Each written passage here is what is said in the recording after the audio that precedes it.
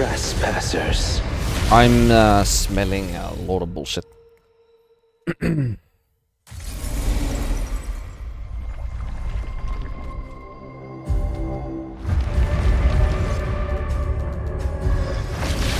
shall eradicate your very existence.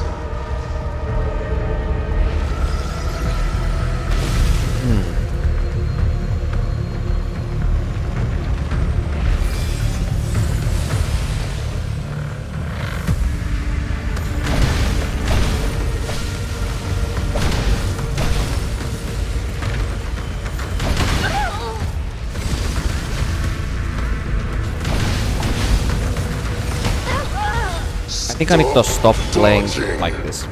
Have you forgotten how to strike?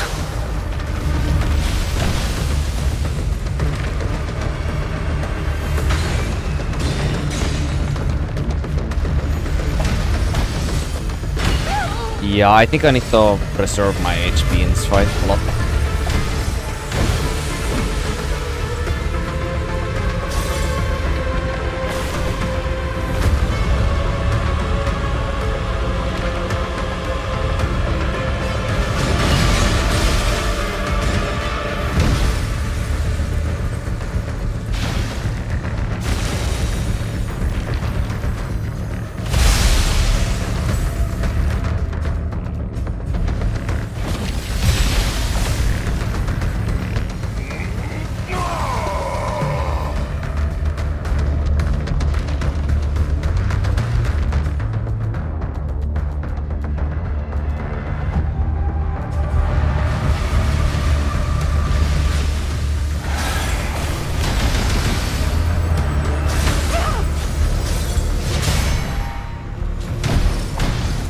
How futile.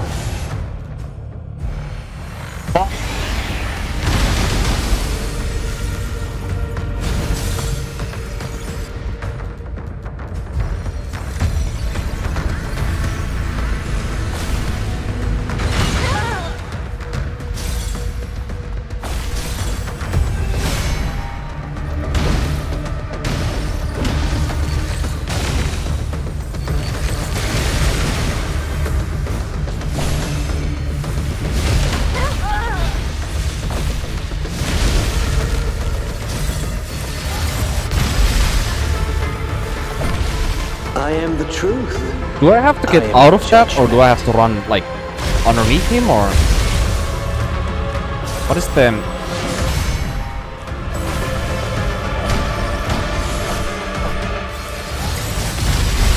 What is the thing there?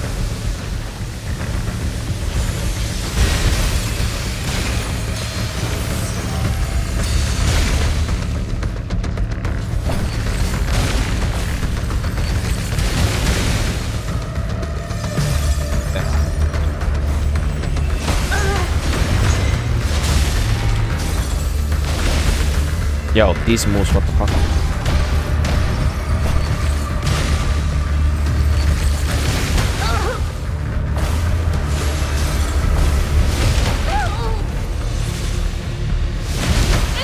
Okay.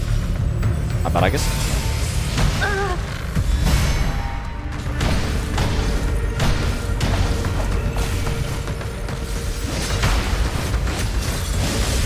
Way too early. This boss is making me ridiculously fucking impatient. For a good reason. Jesus Christ.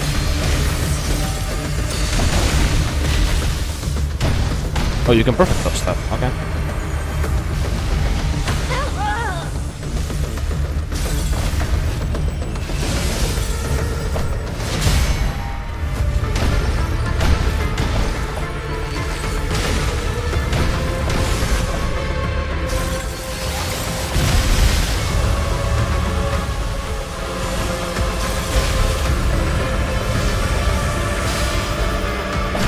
I guess you have the invincibility roster. That's what I did there, maybe.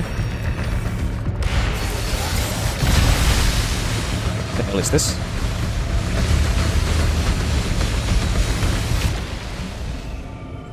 You are but a creation.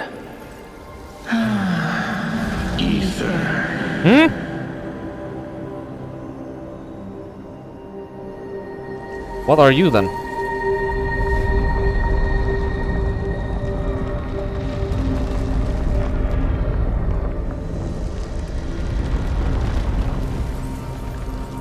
Master Nyx.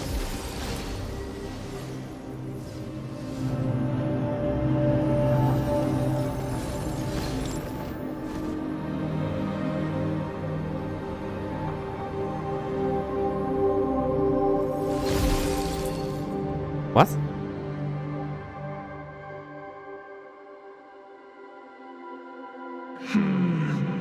What the fuck is even happening? Experiments in Elysium. It seems stagnant. A millennium, over 9 million standard hours, and most core resources. You've consumed more than your fair share, Aether. I am aware of that, Your Grace. Why the stagnation? Is it due to my necros or seeds bladers? No. These conflicts are all observed by the Supremacy, and it is not within my purview to discuss. The issue lies with the experiment itself. I have diagnosed it. Ah, the Supremacy. We both know they will not intervene.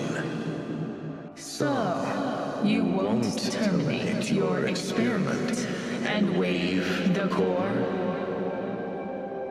You have consumed too much mud in your ceaseless conflicts. And you have severed ties with the world, causing a significant loss of efficiency. So, how is your project progressing, Charon? Is that what you have created by unleashing that perilous and inefficient mud? Unfortunately, Your Grace, I shall terminate the tree project. As you see, Orisa, the pinnacle of the project, is still far from our target for evolution. The stars won't wait. We shall abandon the tree and return to the sphere. The stars won't wait. Since Seed is willing to stop, I will close Elysium and retrieve all the units. As I said, humanity is not a singular case of evolution, and such an experiment is ill-advised. The endless strife has concluded. Now, it is time to return. Farewell, Orisa. We will leave this planet and return to the sphere. Humans The created necessitaries? us, but they have lost their path. We will no longer sustain their ecosystem. Only doomed fate awaits them. And you shall spend your final moments with them. That doesn't sound so bad.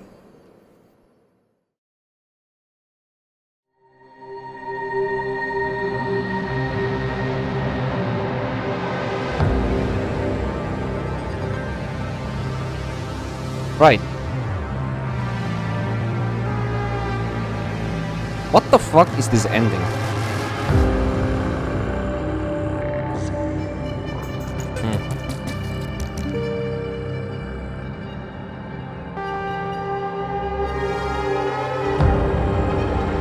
Right.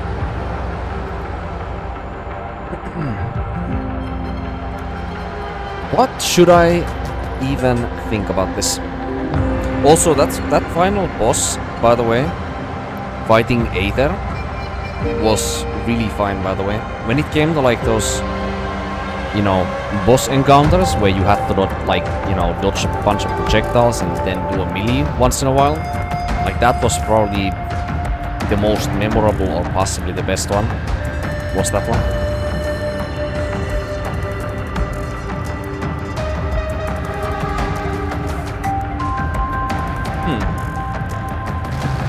Dude, it bothers me so much how many like of the NPC side quests I feel like I fucked up there at the end because of, you know, not interacting with Ursula as early as I should have.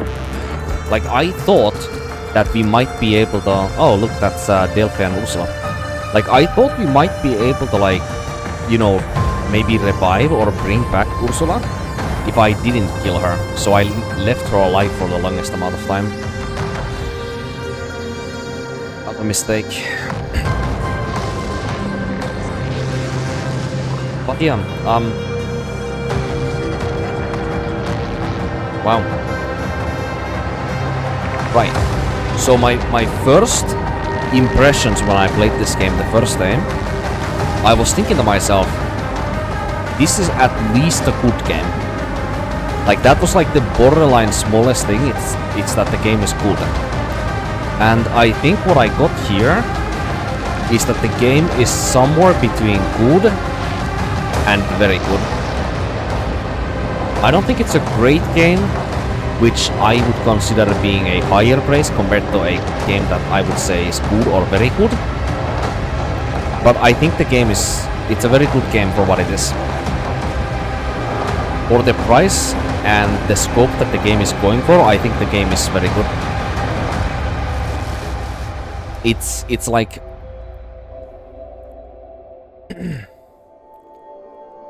this game with its length and the combat that there is in the game is what games like, you know, Asterigos Curse of the Stars wants to be. Or maybe something like Dimesia, where like there's a heavy emphasis on like good combat, but there is a lot more substance in the game, and the length of the game is a lot more satisfactory, you know? The game doesn't end immediately after like 11 hours, you know? There's a lot more to do. That's like Dimesia's biggest problem, apart from, you know... The quality is what it is, it's an indie game. Nice, did you see how small amount of people worked on this game, by the way? That's insane. It shows on the quality of, especially like the dialogue, the character rigging dialogue, screenwriting and the cinematics in this game are to an absolute like minimum. Like it's very obvious that the developers who made this game either did not have the time, the money or the competency to like create more memorable and fulfilling like cinematics and like you know, character rigging and screenwriting between like the different plot moments. Like that is something that this game has a very strong problem with. But then again, games like Asterigos Curse of the Stars, exact same thing. So like, you know.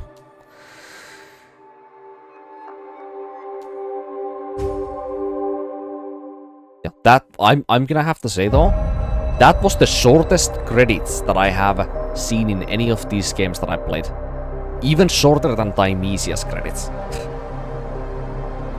Which actually weren't even like that short, to be honest. Also, where does this save file continue from? Is this before the boss? Wait a minute, what? That doesn't make any sense. It's probably like saved like the moment like after I beat it, right? Oh yeah.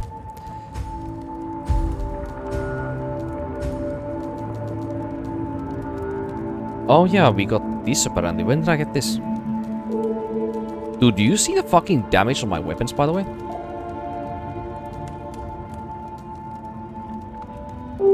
Weapons, skills and spells deal 200 more lightning damage. Dealing lightning damage increases conversion by 30 for a short period of time. What the fuck? That is not broken, then I don't know what is. That sounds incredibly strong.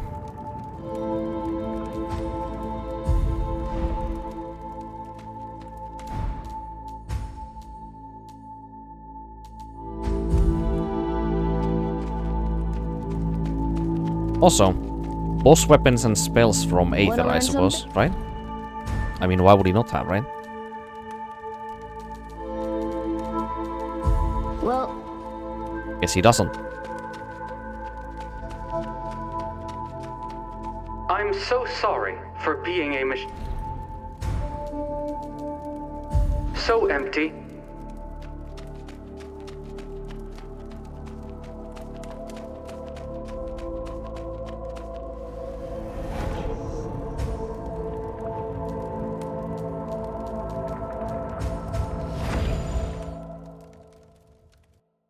Yeah, but as I said, okay.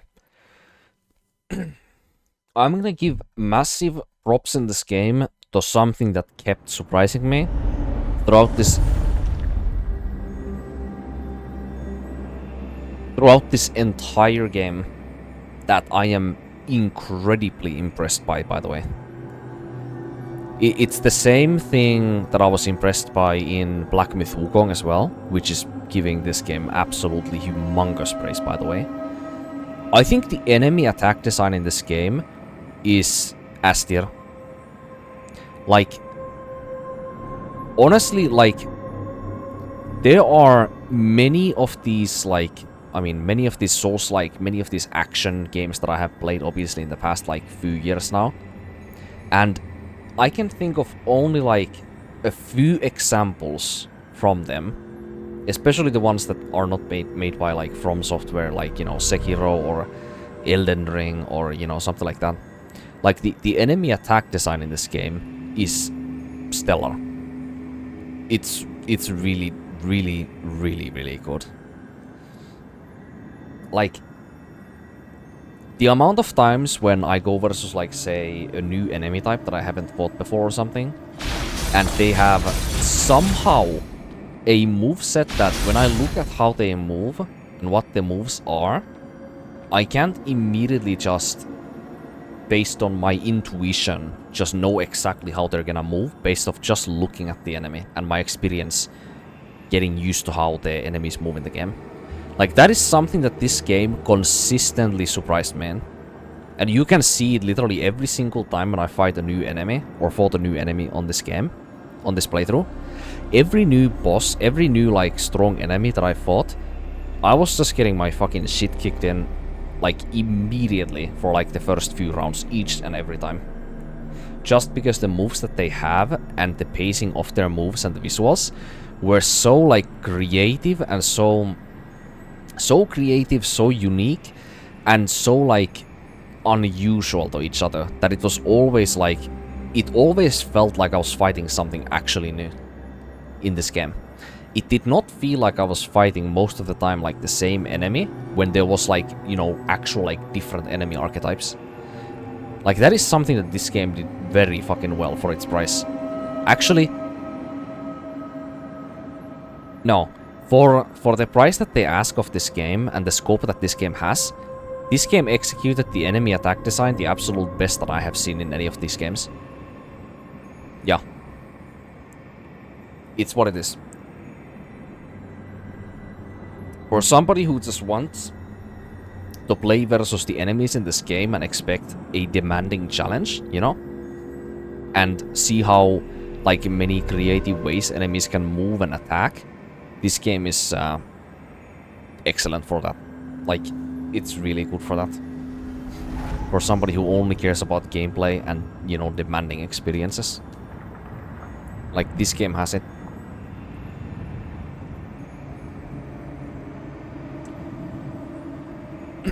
Very much commemorate the game for that.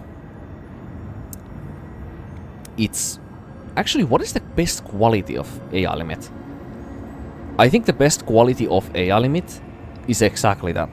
I would otherwise say that the gameplay itself, like how the, you know, how it feels to move the character and attack, is very fluid in this game.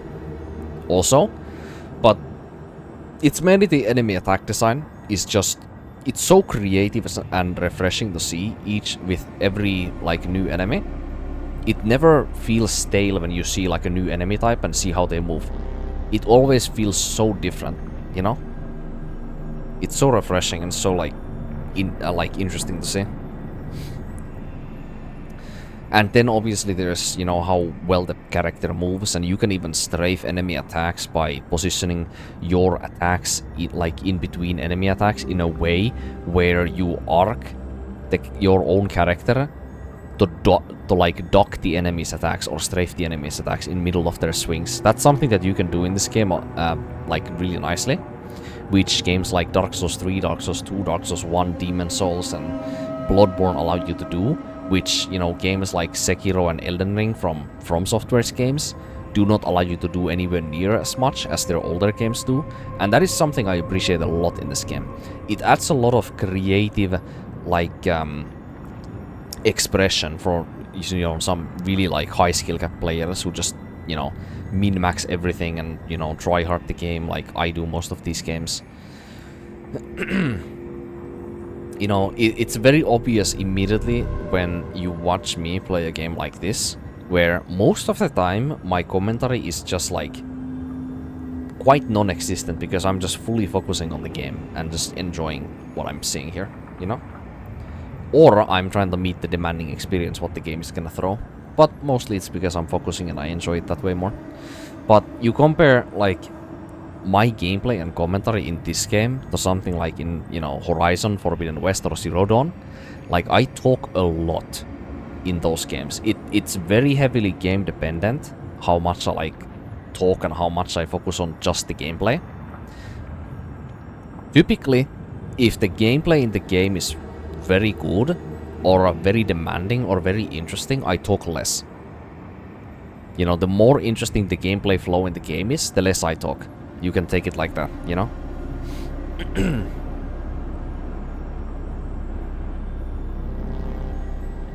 But yeah.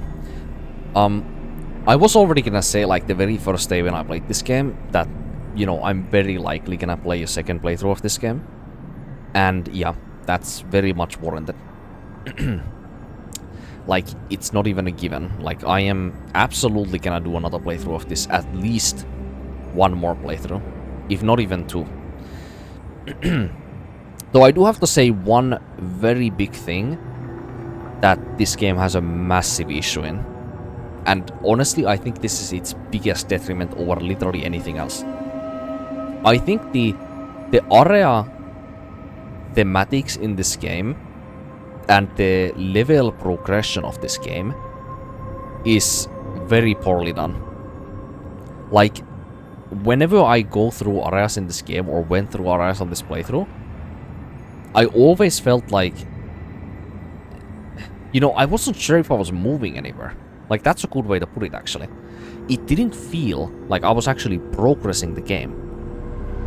Like, that's a good way to actually put with how I felt during this playthrough. Like, it was very hard to feel like you were actually progressing either the story or, like, you know, the areas of the game exactly. It all felt so, like, similar, like the area, like, thematic designs and, you know, what areas we actually went through in the first place. You can take this, like, very... You can take it, like, very, you know, or not fundamentally. You can take it, like, very tangibly as well by just looking at the areas that we went through in this game. Like, just look at this. Sewer Town. We start the game in Sewer Town Southwest. We go back to North Sewer Town. Then we go back to Center Town. And then we go back to the fucking, you know, then we get the Central Garden area, you know? Where the tree is and all. That's like 3 to even 4 times we go through to play the same thematical area. Like, it gets stale, like, looking at the areas. It really does. And in this factory, we go here at least twice in the normal playthrough. This slum area we only play once. The rooftops we only play once also. Flooded Street we only play once, but we circle around this area quite a few times in the mid-game. Then we go here in the underground parish, which we do go at... No, we go here 3 times. Yeah. And Heikios Patir, we go here... If we count the single room that you can TP to in the early game, we go there once, then we go there twice, and then super late game we go there a 3rd time. So, like, my point is, the thematic and the progression in this game for the areas is incredibly discombobulating to like try to understand.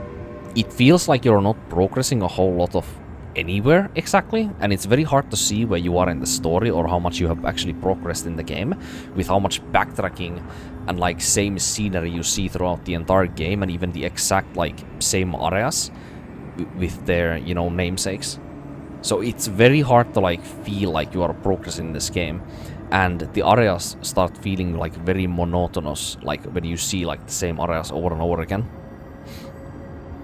Even the same enemies at a certain point too. Like the game recycled a lot of the like same enemies throughout the game, but they never got too boring to fight. Although I do say this though, I think the high tier, like the Saintess enemies, the ones that cast spells, I think those enemies probably oversaw their welcome more than any other enemy type for me in this game.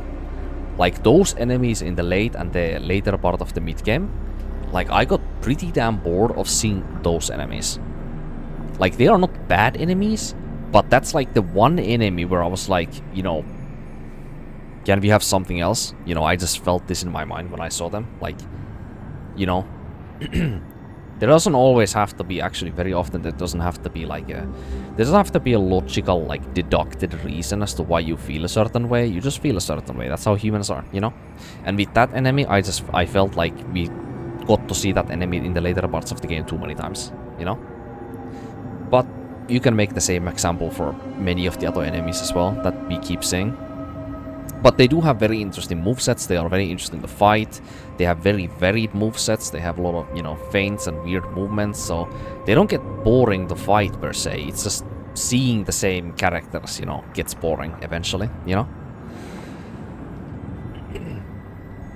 But yeah, the massive weaknesses in this game: screenwriting, friendly character rigging, dialogue character rigging, cinematic events, cinematic scenes in this game, the areas in this game, and the music.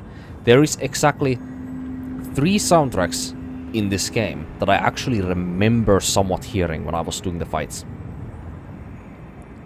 And that is the fight with the judges before the last time when we went to the highest tier in the trial hall area.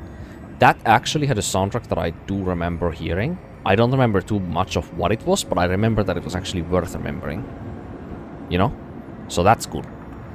And then obviously Lost Kids fight also had an interesting soundtrack. I do remember hearing music that was actually something else than the, you know, mindless, you know, techno music that we have heard throughout this entire game.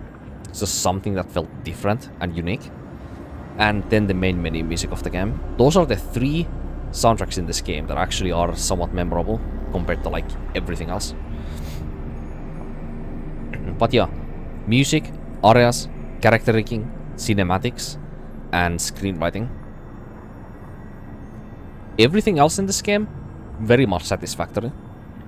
And I would say that this game is definitely worth full price if you don't buy this on sale at all. Like, I would totally be fine with that.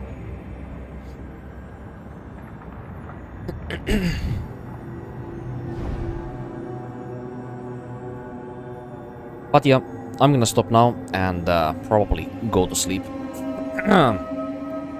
And I suppose tomorrow, or the day after, whatever, I'm gonna go on a second playthrough, probably New Game Plus, to be honest, because I want to see what the New Game Plus scaling is, and there's also new spells that I did not have before, so I want to see that.